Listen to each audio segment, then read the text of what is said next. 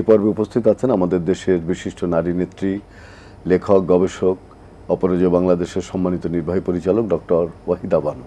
কথা বলছি তার সঙ্গে। কেমন আছেন? আলহামদুলিল্লাহ, ভালো আছি। ঈদের পরে আমাদের সকলের খুব আনন্দে থাকার কথা, কিন্তু সত্যিকার অর্থে যেসব সড়ক দুর্ঘটনায় অসংখ্য মানুষ প্রাণহানি ঘটেছে প্রতি বছর হয়, কিন্তু এবার ঘটনা অনেক মর্মান্তিক। একটা বাস ফেরিঘাটে যেভাবে পড়ে অসংখ্য মানুষের প্রাণহানি ঘটলো অসচেতনতার জন্যে। ফেরিঘাটের অসচেতনতা, পাশাপাশি ড্রাইভারের যে কীর্তি আপনি জানেন। তো সড়ক পথের এই দুর্ঘটনা কমিয়ে আনার জন্য আমাদের কি করা দরকার? যেসব ঘটনা ঘটলো আমরা দেখলাম বাসে, ট্রেনে এবং দৌলতদিয়া ঘাটে যে ঘটনাগুলো ঘটলো, এটা মর্মান্তিক, ভীষণ মর্মান্তিক। এবং যতগুলো আমরা দুর্যোগ দেখি, দুর্যোগগুলোর ভিতর কিন্তু নারী এবং শিশুরা সব থেকে বেশি ভিকটিম হয় এবং তাদের উপর দিয়েই মানে সরগরম সব আযাবগুলো তাদের উপর দিয়ে যায়। এগুলো আমরা দেখে আসছি। আমার কাছে মনে হয় যে একটা রোড সেফটি ফাউন্ডেশন বলে একটা অর্গানাইজেশন কাজ করছে। তারা বলছে যে এই কয়দিনে 230 জন মারা গেল শুধুমাত্র রোড অ্যাক্সিডেন্টে। হয়তো বা স্টাডি করলে আমরা আরও বলতে পারতাম যে সারা বছরে, সারা মাসে টোটাল কত মানুষের মৃত্যু হয়েছে, এটা আমরা দেখব। কিন্তু তারপরেও আমাদের দায়িত্ব হিসাবে আমরা আমাদের দায়িত্ব কতটা পালন করলাম, এই জায়গায় যদি আমি বলি যে প্রথমত কার দায়িত্ব আসে, প্রথমত দায়িত্ব আসে আসলে ব্যক্তির। এখন ব্যক্তি হিসাবে যারা ট্রেন চালান, যারা প্লেন চালান, যারা গাড়ি চালান, সেই চালকদের, সেই বাহক কালা যারা আছেন, বাসওয়ালা যারা আছেন, তাদের কিন্তু একটা বড় দায়িত্ব আছে যে গাড়ি স্টার্ট করার আগে আমার গাড়িটা সঠিক আছে কিনা। সেদিক থেকে বাংলাদেশের রাস্তাগুলোতে যতগুলো গাড়ি চলে, ফিটনেস অর্ধেকগুলোরই নাই। আমি বলবো 60% গাড়ির কোনো ফিটনেস নাই। তো সেগুলোর যে অথরিটি, তারা এটা দেখছে না, তাদের দায়িত্ব অবহেলা করছে। একটা হলো বাস মালিক যারা চালক তারা, এবং অথরিটি যারা এটা চেক করা, তাদের কিন্তু একটা গাফিলতি আছে। এরপরে আসে প্রাতিষ্ঠানিক দায়িত্বের পরে কিন্তু রাষ্ট্রের দায়িত্ব। এখন আপনি বলবেন যে আমাদের গণতান্ত্রিক সরকার নতুন আসছেন, সেই সরকারের বয়স তো মাত্র 1 মাস, কতদিন হলো। কিন্তু আমার কাছে মনে হয় যে ঈদের যাত্রার আগে সরকারের একটা বড় দায়িত্ব ছিল। কেননা আমি ঢাকা থেকে রংপুরে যাওয়া আসা করি। রংপুরের ছোট্ট একটা জায়গা, গোবিন্দগঞ্জের একটা জায়গায় একটুখানি সরু রাস্তা। এই সরু রাস্তার জন্য প্রত্যেকটা গাড়ি প্রায় 17 থেকে 18 ঘন্টা সময় নিয়ে রংপুরে পৌঁছতে হয়েছে। তো এই যে একটু সরু রাস্তা, কেন ঈদের আগে আমরা ওটাকে একটু প্রশস্ত করলাম না? টেম্পোরারি বেসিসে আমরা ওটা করতে পারতাম। তো সরকারের দায়িত্ব ছিল যেসব রুটে আমাদের এই ধরনের সমস্যা আছে এবং গাড়ি চালকদের, আপনার যে রাস্তায় যে পুলিশ থাকে, টহল পুলিশ থাকে, তাদেরকে দিয়ে আসলে এই বিষয়গুলোকে সচেতন করা। যেমন লঞ্চের যাত্রী যে তুলছে, রেলওয়েতে যখন যাত্রী তুলছে, আপনারা দেখতে পাচ্ছেন যে একদম গাড়িতে জানালায়, ছাদের মধ্যে ভর্তি। তো এটা দেখার তো কোনো মানুষ নাই, এটা হয়ে আসছে এবং আমরা মনে করছি এটাই ঈদের আনন্দ। কিন্তু এটা যে জীবন যাপন এবং মরা বাঁচার একটা বড় সন্ধিক্ষণে আমরা আমাদের মানুষদেরকে ঠেলে দেই, সে জায়গায় আমার মনে হয় সরকারের বড় দায়িত্ব ছিল যে ছোট ছোট খানাখন্দক অথবা যে বিষয়গুলো, যেমন সেফটির বিষয়টা, গাড়িটার সেফ আছে কিনা, তার চলার ক্ষমতা আছে কিনা, এই বিষয়গুলো অ্যানাউন্স করতে পারতো, পোস্টাল লিফলেটে দিতে পারতো, মিডিয়াকে ব্যবহার করতে পারতো, যাতে করে এই ঈদ আনন্দটা মানুষের ধ্বংস না হয়, নষ্ট না হয়ে যায়। সেজন্য কিন্তু ব্যাপকভাবে গণমাধ্যমকে ব্যবহার করে এবং রেলওয়ে, বাস, এদের অথরিটিকে বলে কিন্তু এটা আমরা অনেকটা কন্ট্রোল করতে পারতাম। এছাড়াও সম্প্রতিকালে কয়েকদিন আগে দেখলাম যে ট্রেন লাইনের উপরে বসে 5 জন একই পরিবারের মারা গেল। এটা কি করে সম্ভব? এটা আমি মনে করি আমাদের সমাজ ব্যবস্থার ভিতরে এখন অনেকগুলো অভিঘাত আছে। যে পারিবারিকভাবে আপনি হয়তো কোনো একটা দ্বন্দ্বে আছেন, কোনো একটা সমস্যার ভিতর আছেন। গত রাতে আমার একজন টিচার আমাকে ফোন করে বললেন যে তারই পরিবারের সদস্যবৃন্দ তারই জমি জমা সব দখল করে নিচ্ছে রাতারাতি। তো উনি কার কাছে যাবেন? মানে এত অসহায় অবস্থা। এখন আমি বলবো যে এখন যদি এই অবস্থায় আমরা বলি আমরা কার কাছে যাব, তাহলে আমরা কিন্তু সবাই আঙ্গুল দিচ্ছি আমাদের সরকারকে, পয়েন্ট আউট করছি, রাষ্ট্রের কাছে রাষ্ট্রের কাছে করছি। তো সেই জায়গায় আমার মনে হয় যে আমাদের যতগুলো অভিযোগ আছে, সমস্যা আছে, অথবা যে সব ট্রমায় আমরা সাফার করছি, ওই পরিবারে নিশ্চয়ই কোনো ট্রমা ছিল, কোনো অভিঘাত ছিল, কোনো সংঘর্ষ ছিল, যেটা আসলে ওরা কিছুতেই বেঁচে উঠতে পারছিল না ওই সমস্যা থেকে। তো এগুলো কেউ হয়তো আরো বেশি উস্কে দিচ্ছে, যেটাকে আমরা অন্য কোনো কারণ আছে কিনা আমরা করি না, খতিয়ে দেখা দরকার বলে আমরা মনে করি। কারণ ট্রেন আসলে তো একটা হুইসেল দেয়, ট্রেনের শব্দ আছে, এটা একটা বিষয়। তারা সেখান থেকে উঠে গেল না কেন, কিভাবে এটা হলো? এখানে আমি মনে করি কি আমাদের বাংলাদেশের সবচেয়ে বড় সমস্যা যেটা, এটা আমি বলবো, তার কারণ হলো কোনো একটা ঘটনা ঘটলে আমরা কিন্তু একটা তদন্ত কমিটি করে দিই। তদন্ত কমিটি 3 দিনের সময় বাধা দেয়, এটা ছোটবেলা থেকে শুনছি, এটা এখনো শুনছি, তদন্ত কমিটি হচ্ছে, কিন্তু এই তদন্ত রিপোর্টগুলো আমরা কোনোদিন জানতে পারবো না, এবং এটা কোনোদিন কোনো ফলোআপ হবে না। তো এগুলো যদি প্রকাশ করা হয় যে 4 জন মানুষ একসাথে ট্রেনের লাইনে কেন কাটা পড়লো, এটা একটা স্টাডি হবে, এবং স্টাডি হওয়ার পরে এটার উপরে মানুষকে জানানো হবে, পেপারে পত্রিকায় আসবে, যাতে করে ভবিষ্যতে এরকম কোনো দুর্ঘটনা আমাদের দেশে না ঘটে। তো এই দেশকে সামনে এগিয়ে নেওয়ার ক্ষেত্রে একজন নারী নেত্রী হিসাবে আপনারও ভূমিকা আছে, আমরা সবাই মিলে কাজ করব। তো আপনার একটা স্বপ্ন থাকে সবসময়, আপনি বলেন সেই স্বপ্নের কথা যদি একটু বলেন। শিশুদের জন্য বিশেষ করে আমরা একটা আলাদা মন্ত্রণালয় চেয়েছিলাম। মন্ত্রণালয় নাও যদি দিতে পারে, কেননা হিউম্যান রিসোর্স দরকার আছে, সে জায়গায় আসলে একটা অধিদপ্তর দিতে পারে। অধিদপ্তর দিলে সারা দেশে যে ধর্ষণ হচ্ছে, নির্যাতন হচ্ছে, যে বিভিন্ন ধরনের অত্যাচার হচ্ছে, বাসাবাড়িতে ছেলেমেয়েরা কাজ করছে বা কোনো অফিস আদালতে কাজ করছে, কর্মজীবী শিশু যারা, তাদের উপরেও কিন্তু অনেক ধরনের নির্যাতন হয়ে থাকে। এগুলো মনিটরিং করার কোনো ব্যবস্থা রাষ্ট্রীয়ভাবে হয় না। আর একটা বিষয় আমি বলবো এই সরকারের কাছে, যে আমাদের দেশে রাস্তা পথবাসী আমরা যেটা বলি, পথ শিশু যারা বলি, যে লক্ষ লক্ষ, বিশেষ করে শহরগুলোতে, তো আমরা স্বপ্ন দেখি যেটা, যে শহরে রাস্তায় কোনো শিশুরা থাকবে না, এবং সমস্ত শিশুর একটা আশ্রয়ের কেন্দ্র থাকবে, তারা রাতে যে আশ্রয় নেবে, আর কোনো শিশু লেখাপড়ার বাইরে থাকবে না, সবাই স্কুলমুখী হবে। সে কারণে পড়াশোনাটা যেন সব শিশুদের জন্য বাধ্যতামূলক করা হয়। আপনার এই প্রস্তাবনা নিশ্চয়ই আমি মনে করি যে আমাদের বর্তমান গণতান্ত্রিক সরকার সেটি কার্যকর করবার চেষ্টা করবেন, এবং একটা জ্ঞানকেন্দ্রিক সমাজ প্রতিষ্ঠার জন্য একদম সর্বস্তরের শিক্ষাকে অবশ্যই চালু করতে হবে, এবং সবাই শিক্ষিত হয়ে উঠলে, সবাই যদি আমরা বই পড়া শিখে ফেলি, আমরা যদি একটা জ্ঞানকেন্দ্রিক সমাজ প্রতিষ্ঠা করতে পারি, তাহলে অনেক সমস্যার সমাধান হবে বলে বিশ্বাস করি। আপনাকে অনেক ধন্যবাদ। আপনাকেও ধন্যবাদ। এটিএন বাংলার দর্শকদের অনেক ধন্যবাদ। দর্শক, আপনারা দেখছেন এটিএন বাংলার অপরাজেয় বাংলাদেশ এবং ডাইনামিক গ্রুপ নিবেদিত সবার জন্য অনুষ্ঠান। আমরা এতক্ষণ ছিলাম সাম্প্রতিক ভাবনা পর্বে, এবারে যাব আবৃত্তি পর্বে। এই পর্বে উপস্থিত আছেন দেশের বিশিষ্ট আবৃত্তি শিল্পী ফারজানা আলী। কেমন আছেন আপনি? ভালো আছি, আপনি? আলী, আমি ভালো আছি। আমাদের সামনে পয়লা বৈশাখ, হ্যাঁ, তো আমরা একটু সবসময় আমাদের অনুষ্ঠানের পক্ষ থেকে আগে ভাগেই কোনো অনুষ্ঠানের উৎসবের আগে আমরা ওই ধরনের সঙ্গতি রেখে কবিতার উপস্থাপন করি। আজকে আপনি কোন কবিতাটি পড়বেন? আজকে তেমনই আমি বৈশাখ পড়ব আল মাহমুদের। শুনি আমরা। যে বাতাসে বুনো হাঁসের ঝাঁক ভেঙে যায়, জেটের পাখা দুমড়ে শেষে আছাড় মারে, নদীর পানি শূন্যে তুলে দেয় ছড়িয়ে, নুইয়ে দেয় টেলিগ্রাফের থামগুলোকে। সেই পবনের কাছে আমার এই মিনতি, তিষ্ট হাওয়া তিষ্ট মহাপ্রভাতশালী, গরিব মাঝির পালের দড়ি ছিঁড়ে কি লাভ, কি সুখ বলো গুড়িয়ে দিয়ে চাষির ভিটে, বেগুন পাতার বাসা ছিঁড়ে টুনটুনিদের উল্টে ফেলে দুঃখী মায়ের ভাতের হাঁড়ি। হে দেবতা, বলো তোমার কি আনন্দ, কি মজা পাও বাবুই পাখির বাসা উড়িয়ে। রামায়ণে পড়েছি যার কীর্তি গাথা, সেই মহাবীর হনুমানের পিতা তুমি। কালিদাসের মেঘদূতে যার কথা আছে, তুমি নাকি সেই দয়ালু মেঘের সাথে। তবে এমন নিষ্ঠুর কেন হলে বাতাস, উড়িয়ে নিলে গরিব চাষির ঘরের খুঁটি। কিন্তু যারা লোক ঠকিয়ে প্রাসাদ গড়ে, তাদের কোনো ইট খসাতে পারলে না তো।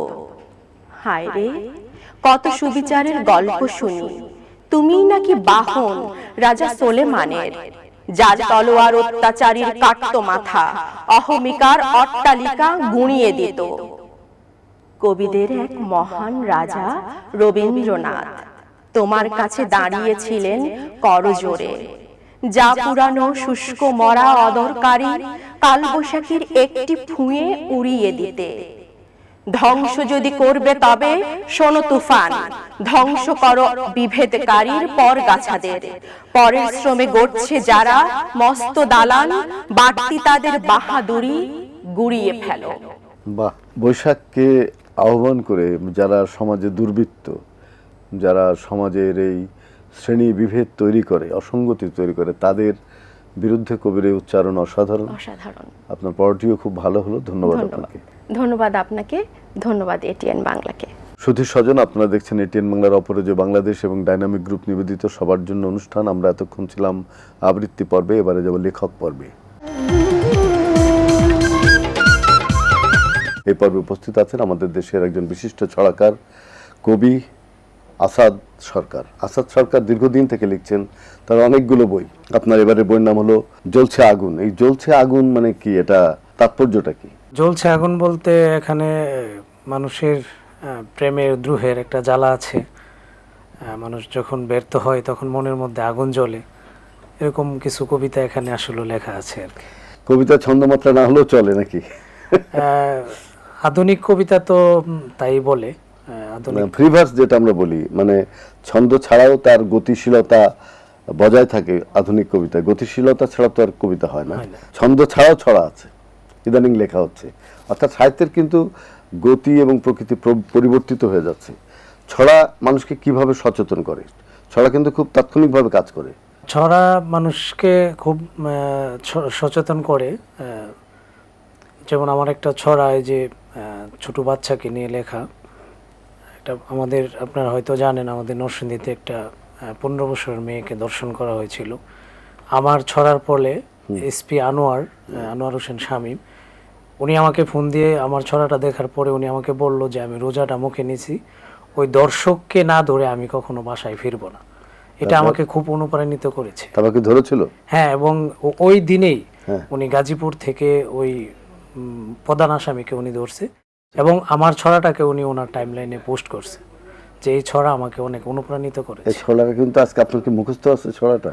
না, এই ছড়াটা আমার মুখস্থ নাই, চাইলে পড়া যাবে। পড়া যাবে, খুব ভালো।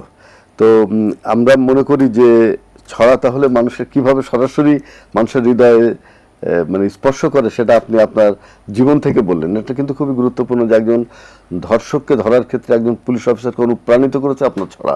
আপনার টোটাল বইয়ের সংখ্যা কত? 8টি। ছড়ার বই বেশি বিক্রি হয় না কবিতার বই বেশি বিক্রি হয়? আমার কাছে তো মনে হয় যে ছড়ার বইটি বেশি বিক্রি হয়। যেমন আপনার হাতে যে বইটা আছে, এটা এই বইমেলা তো আমার 400 বইয়ের উপরে বিক্রি হয়েছে এবং বিভিন্ন স্কুল নিয়েছে, যেমন Qari Abdul Hai memorial school, Madhabdi ideal school, Jubonagar model high school, Adarsha school and college. এই বইগুলো আমাকে আসলে বই যদি স্কুলগুলো বই কিনে তাহলে কিন্তু লেখকদের বই কিছু বিক্রি হয়। তো আপনার সামনে পরিকল্পনা কি আপনার লেখালেখি নিয়ে? আমি বইমেলাতে, নরসিংদী বইমেলা করে যেটা দেখছি, বাচ্চারা আইসা ওই যে ভৌতিক গল্পটা একটু চাই। ভৌতিক গল্প? ভৌতিক গল্প এবং গল্পের বইটা বাচ্চারা একটু বেশি পছন্দ করে। আচ্ছা, সামনের পরিকল্পনা হচ্ছে যে কিভাবে আসলে ভালো গল্প লেখা যায়। আমরা আপনার ওই ছড়াটা একটু শুনি। নেই প্রতিবাদ, চারিদিকে আগুন জ্বলে, আগুন বাংলার বুকে, বাবার সামনে মেয়ের দর্শন, বাবা মরেন দুঃখে, বনের পশু হিংস্র হয়ে ছিঁড়ে খায় যে দেহ, মানব হয়ে মানব খাচ্ছে, দেখার নাই তো কেহ, রাস্তাঘাটে দর্শিতামা, বনের দেহ নগ্ন, মানুষ রূপী কাপুরুষের দল, ঘুমের গড়ে মগ্ন, মানুষ পড়ছে গোড়ার লাগাম, তাই প্রতিবাদ বন্ধ, জ্ঞানীরা সব বোবা আজকে, প্রশাসক সব অন্ধ, কেউ শুনে না বাবা মায়ের মনের আত্মচিৎকার, বঙ্গে জন্ম তাই বলে কি নাই বাঁচার অধিকার। সেটা খুবই ভালো একটা প্রশ্ন যে বাংলাদেশের জন্ম কিন্তু বাঁচার অধিকার কি নেই? সবারই বাঁচার অধিকার আছে নিশ্চয়ই, এবং এরকম সচেতনতামূলক ছড়া আমাদের জন্য খুব জরুরি বলে আমি মনে করি। আপনাকে অনেক ধন্যবাদ। আপনাকেও অনেক ধন্যবাদ। প্রিয় দর্শক, আপনারা দেখছেন এটিএন বাংলার অপরাজেয় বাংলাদেশ এবং ডাইনামিক গ্রুপ নিবেদিত সবার জন্য অনুষ্ঠান। আমরা এতক্ষণ ছিলাম লেখক পর্বে, এবারে যাব জানা অজানা পর্বে। এই পর্বে উপস্থিত আছেন আমাদের দেশের বিশিষ্ট সমাজসেবী, রাজনীতিক, উদ্যোক্তা, সকলের প্রিয় নাজমুল হাসান। কথা বলছি তার সঙ্গে। ঈদ পরবর্তী সময়ে আমরা আনন্দের মধ্যেই থাকি, কিন্তু জানি যে আমাদের সড়ক দুর্ঘটনা নানা কারণে আমাদের অনেকের মন ব্যথিত। আমরা স্বজন হারিয়েছি, তাদের প্রতি আমাদের সমবেদনা। আমাদের যে সংস্কৃতির চর্চা, সেই সংস্কৃতির চর্চার জায়গাটা একটি উপনিবেশিক শক্তির প্রভাবে অনেক দিন ধরে আমাদের নিজস্ব সংস্কৃতি কিন্তু সেভাবে চর্চা হচ্ছে না। তো আমাদের নিজস্ব যে সংস্কৃতি, আমাদের পল্লী গান, আমাদের জারি গান, ভাটিয়ালি, আমাদের পালা গান, আমাদের লালন হাসন, এই যে জায়গাগুলো আমাদের নিজস্ব সংস্কৃতির যে জায়গা, এমনকি খেলাধুলোর ক্ষেত্র, সেগুলো কিন্তু আমরা লালন পালন করছি না। আমাদের কি করা উচিত? আমাদের নিজস্ব সংস্কৃতি বিকাশে আমাদের কিছু করণীয় রয়েছে। যেমন আমাদের বাংলা ভাষা এবং সংস্কৃতি চর্চা বাড়াতে হবে এবং আমাদের পাঠ্যপুস্তকে নতুন প্রজন্মকে দেশীয় সংস্কৃতি ইতিহাসগুলো তুলে ধরতে হবে। এই একটা সুন্দর কথা বলছেন। আমাদের নতুন প্রজন্মকে যদি আমরা আমাদের দেশীয় সংস্কৃতি ইতিহাসকে তুলে ধরতে না পারি, তাহলে আমাদের এই নতুন প্রজন্মে আমাদের ইতিহাস সংস্কৃতি বিষয়ে অজ্ঞ থাকবে। হ্যাঁ, এবং তারা সবসময় বিদেশি সংস্কৃতির প্রভাবের তারা চালাতে থাকবে। জি, এবং বেশি বেশি করে আমাদের দেশীয় সংস্কৃতি তুলে ধরতে হবে। যেমন আমাদের গ্রামীণ উৎসব, বিভিন্ন রকম গ্রামীণ প্রোগ্রাম, পালা গান, নাট্যচর্চা, ভাটিয়ালি, জারিসারি, যাত্রাপালা, এগুলো আমাদের প্রজন্মের কাছে তুলে ধরে একটা পরিচিতি লাভ করা সেটা অবশ্যই আধুনিকভাবে করতে হবে। জি, আমাদের রাজনীতি এবং সংস্কৃতি দুটো মনে হয় দুই মেরুতে চলছে।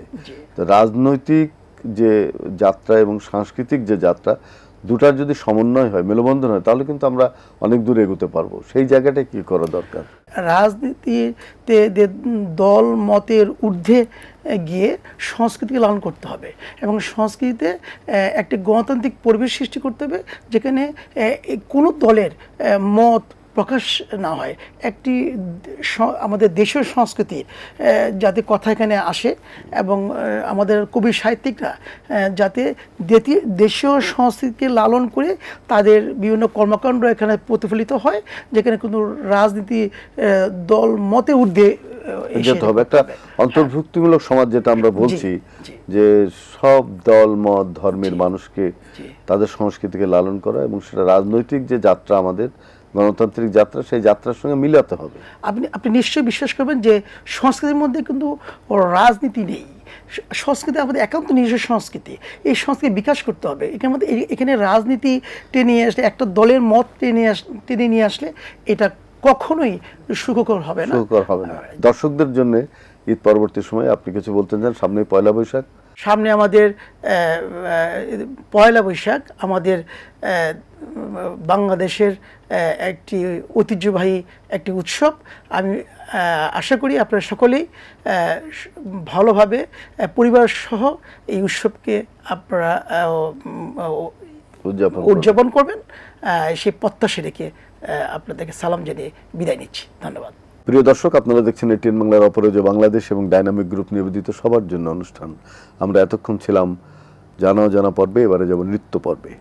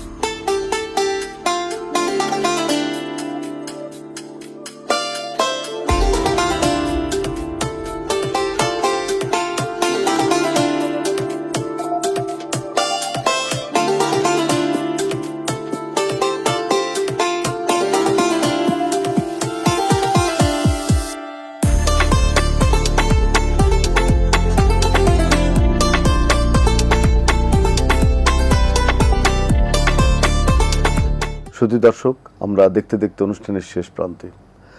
আমাদের যত দুঃসময় আসুক, আমাদের যত দুঃখ আসুক, বেদনা আসুক, কিন্তু আমরা মাথা উঁচু করে দাঁড়াতে চাই। আমরা দুঃখ ভুলে সুদিনের অপেক্ষায় থাকতে চাই, কারণ আমাদের অভয় রবীন্দ্রনাথ, নজরুল, আমাদের দেশের বড় বড় কবি, সাহিত্যিক, তারা সে শিক্ষায় আমাদের দেন। যদিও সন্ধ্যা আসিছে মন্দ মন্থরে, সব সঙ্গীত গেছে ইঙ্গিতে থামিয়া, যদিও শান্তি নাহি অনন্ত অম্বরে, যদিও ক্লান্তি আসিছে অঙ্গে নামিয়া, মহা আশঙ্কা জপিছে মৌন মন্তরে, দিগ দিগন্ত অবগুণ্ঠনে ঢাকা, তবু বিহঙ্গ, ওরে বিহঙ্গ মোর এখনই অন্ধ, বন্ধ করো না পাখা। প্রিয় দর্শক, সবাই ভালো থাকবেন, সুস্থ থাকবেন।